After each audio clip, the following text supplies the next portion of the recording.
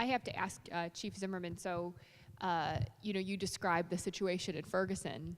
Obviously, we would never wish that something like that would occur here. But if we had a situation like what had occurred between Officer Darren Wilson and Michael Brown, would the San Diego Police Department have released that footage of that incident? I will tell you, as a chief of police, I would likely have released that film. And why is that? Again, it goes to what we're seeing, what's happening in Ferguson, continue to happen in Ferguson. And I think putting that out there again for public safety, to have that open and honest dialogue as to what that is, what is occurring, I think is very important. Can you define what you mean when you say for the public safety? What kind of criteria you're thinking of when you talk about that? I think everybody, has been viewing what's going on in Ferguson and other cities. And but let's just talk about Ferguson. Is that, they're seeing, the property damage, assaults that are going on there, so I think the public wants information on exactly what happened. And so if you take a situation like that and that body-worn camera can tell exactly what happened, then that's would be something that is very positive, because right now in that situation, nobody really knows what happened. And so I actually wonder what would happen if there was the officer or somebody had a body-worn camera to show exactly what happened. So that's what I mean about public safety, is that if there was an incident that, it makes sense for the public safety to put it out there as to whatever the video shows, then that is something that I would definitely consider. So, in general, these videos should not be made available to the public. The interest is in protecting the privacy of the officer and the individual. These videos are available as evidence in criminal cases, civil cases, and complaints, and administrative complaints. If a video is going to be made public, that should only happen when there is a real public interest in that happening. So, for example, there is no public service provided by releasing a video of someone looking silly during a sobriety check. There's no public service provided there.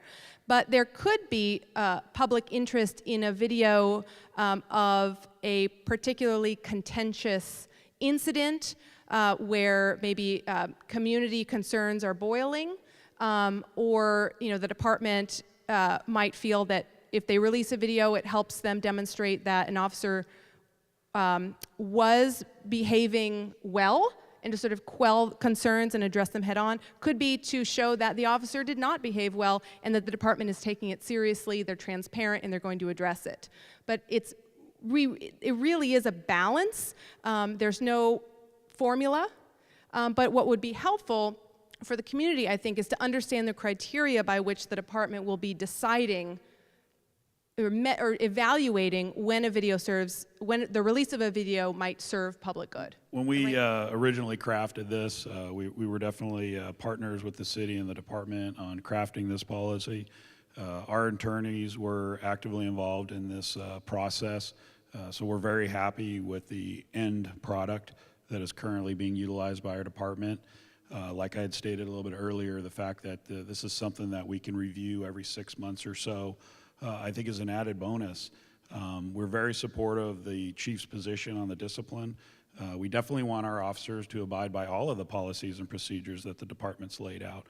We don't want them to selectively choose which ones they're going to enforce and which ones we're not, because that really goes down to the community trust in the department. Yeah, I know that we still get complaints about racial profiling, and I don't know if the contact was with an officer, with the camera, but I think racial profile is systemic. It's not just in San Diego, it's all across the country, and that's going to end with better training, better recruitment, better cultural competency. And I think actually what the problem is, it's not that all police are racist, but the racism starts at such a younger age, and it has to be with education, even in 2nd and 3rd grade, that's where people are getting their views. So when they grow up, no matter what profession they go in, it's still there. Victor, in your experience, you have worked on cases where police camera footage has come up Can you talk a little bit about how that footage came into play and what effect it had in criminal cases? Well, sure. You know, I've had several cases. The CHP has been using it for several years. You know, usually when you get they call it an MVARS dashboard camera. Usually when you get those, it's pretty easy to tell what the reason for the stop was. But I have had cases that have gone to trial where the critical part of the encounter was not video recorded. And, you know, you bring that up to a jury, and the jury just kind of nods its head and says, okay, so what? Sometimes they just don't even care. Well, I want to talk about one recent situation. Last month, there was a man in City Heights who had accused the police of assuming that he was a domestic violence suspect and pointing multiple guns at him. And he actually posted a video of it online, and it's gotten almost 60,000 views online. Chief Zimmerman, were police filming this incident too? You know, the division that had that, I'm not 100% sure. There was quite a few officers on there. I'm not, I believe some of them may have had cameras, but I'm not sure at what point they were in there, if they were on the perimeter or if they were more of the officers that were discussing the situation with that individual. But we are thoroughly looking into that. And how would footage like this be used if a citizen makes a complaint? And I believe this gentleman had said he planned to make a complaint if he hadn't already. Well, we're looking into that, and with that video that's on there. And, you know, one of the things, too, is that you're right, that was put on YouTube, and there's been a lot of instances that certain portions of film have been put on YouTube. And that's why we're glad, again, that we're going to be having our officers filming enforcement contacts, and we have what led up to it, the entire enforcement contact regarding that. And so, again, you know, there's a lot of video that's out there. So this, you know, is important for our officers to show from our perspective what's out there too. And I want to, you know, say this is that, you know, a lot of the comments that are here, and I'm pleased to hear these comments. Glad that we all agree that, you know, we're all glad that we have these cameras. That's great to hear. It's not going to replace community policing. I want that to be assured right here. Huge community policing philosophy. I'm completely, and our department's completely committed to community policing. It is more than 140 community meetings that we go to formal every single month, and that doesn't include, you know, parades or other festivals that we go to.